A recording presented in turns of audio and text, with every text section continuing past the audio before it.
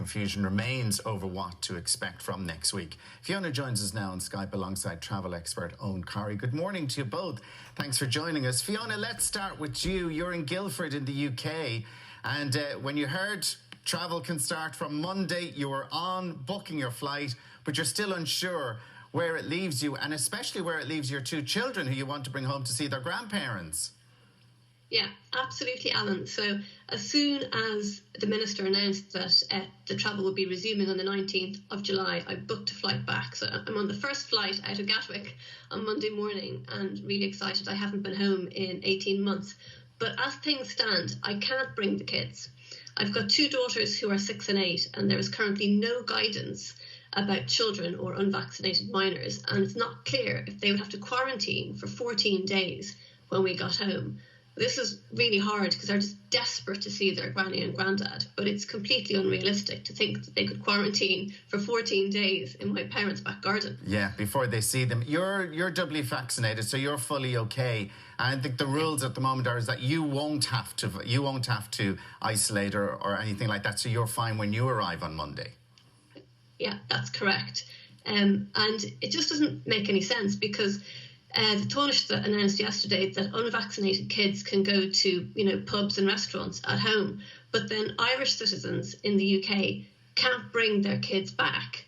It just doesn't make any sense, and it's completely disproportionate. You must be so looking forward to get home to see your parents, and the kids obviously dying to see their grandparents.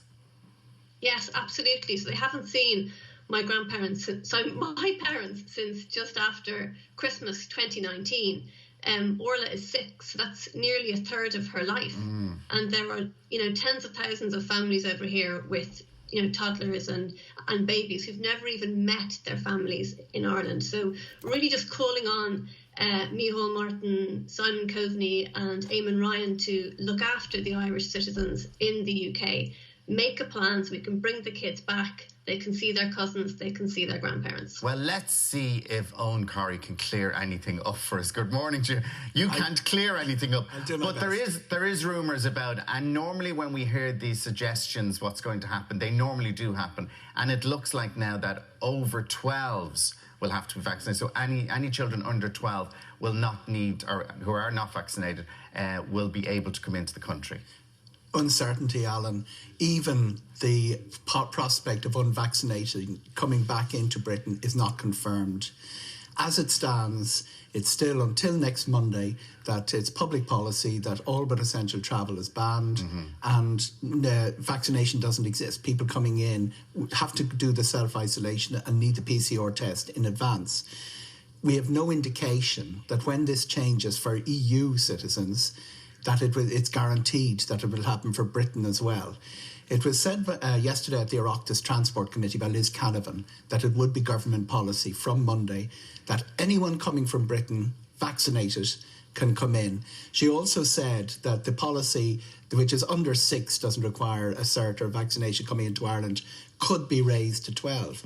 So that means Fiona and her two children could come in without isolating on Monday. We don't know when they're going to confirm that's the case. And the problem, and Fiona is a classic example, everybody's talking about holidays. A lot of what's going to happen after the Monday is going to be reconnection of really disconnected families. 17% of Irish people born abroad, huge number of Irish people spread around the world. Now, we've no indication. We're running down the clock to Monday without giving a clear idea, with tickets to be booked, with people to be... relatives to be contacted, and the stress involved is enormous. And Fiona, can I ask you, if there was some clarity, would you bring the two children with you on Monday? It would be brilliant if I could. Yeah, that's it. So, then what else? Like the EU digital certs have been issued. I got mine yesterday here on the show. We showed it, but that's giving clarity to it in Europe. Yes. So that's giving some clarity in Europe. But it's like this, it's the UK, and so many people like Fiona living in the UK and just want to come home. Absolutely. And the UK leaving the European Union is the cause of this particular problem. We'd have no issue from Monday. We have a common travel area agreement with the UK, which also complicates it. And to complicate it even further, we had a change in the regulations for people coming from the UK that a second PCR test after 10 days was required. Now, it's very clear, very hard to know what's going on. You've got politicians contradicting each other yesterday. You've got very strong health advice from Tony Holohan. That's his job. His job is to say anything that prevents or impedes our fight is bad. But the politicians are making decisions on the advice of the officials. And since the first announcement of this in May, the officials have been very clear that the digital COVID certificate can be delivered.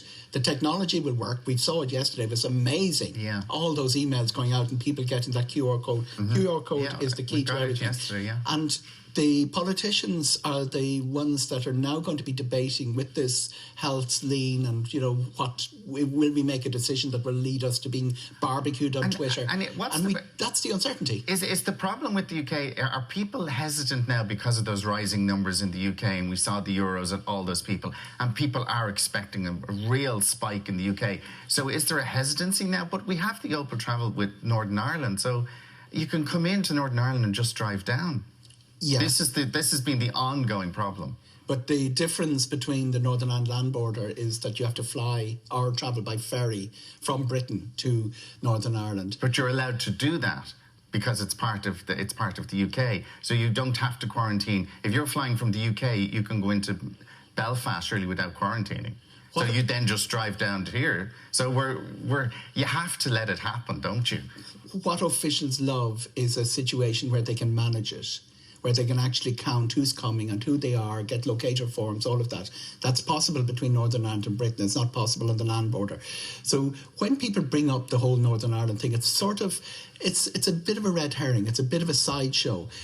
Our policy is from the beginning has been, let's use the fact we're an island here to control. Now that flies in the face, and this is the core of the problem, that flies in the face of Brussels' desire that we're one economy, that people can move from France to Germany with the commute. Most people who work in Luxembourg commute and they want to apply that across Europe. While aviation is less than 30% of what it was 2019, the rest of Europe is 65%. But that won't go away. In the next few days, we will see Irish politicians again saying, can we really allow unrestricted travel from Britain? And it's unlikely they'll say yes, but they will say fully vaccinated people from Britain can come in. It's likely they'll raise the age to 12, but that leaves the bit in the middle, and that would still require a PCR test inbound. No test in the outbound, but a PCR test inbound. So you think that's what's going to happen over the next couple of days? So that means Fiona and her two children will be able to travel. But you think that announcement will be made by Monday? It could be made very late in the day. We have a history of making announcements within 48 or even 24 hours of travel changes. Now, this is really key because a lot has been said about the emergency brake. Emergency brake system that will change everything applies to non-EU countries. From Monday, if you're fully vaccinated, unrestricted travel is a certainty through Europe. Mm-hmm. Now, if there's things can go wrong, and things have gone wrong, let's say Portugal, Spain, they're riding a bit high at the moment. Cyprus is riding a bit high at the moment. The decision will be made at central level. There won't be a unilateral 27 different governments making their decisions. They still have the power to do so, but the principle has been agreed that we have a common travel policy for the first time since March 2020. So hopefully we get some clarity over the next few days. And Fiona, hopefully you may be able to bring your two children home with you, but you're definitely coming home on Monday to see your parents. So have a great time, and thank you for joining us this morning. And Eoghan, thank you very much for joining us.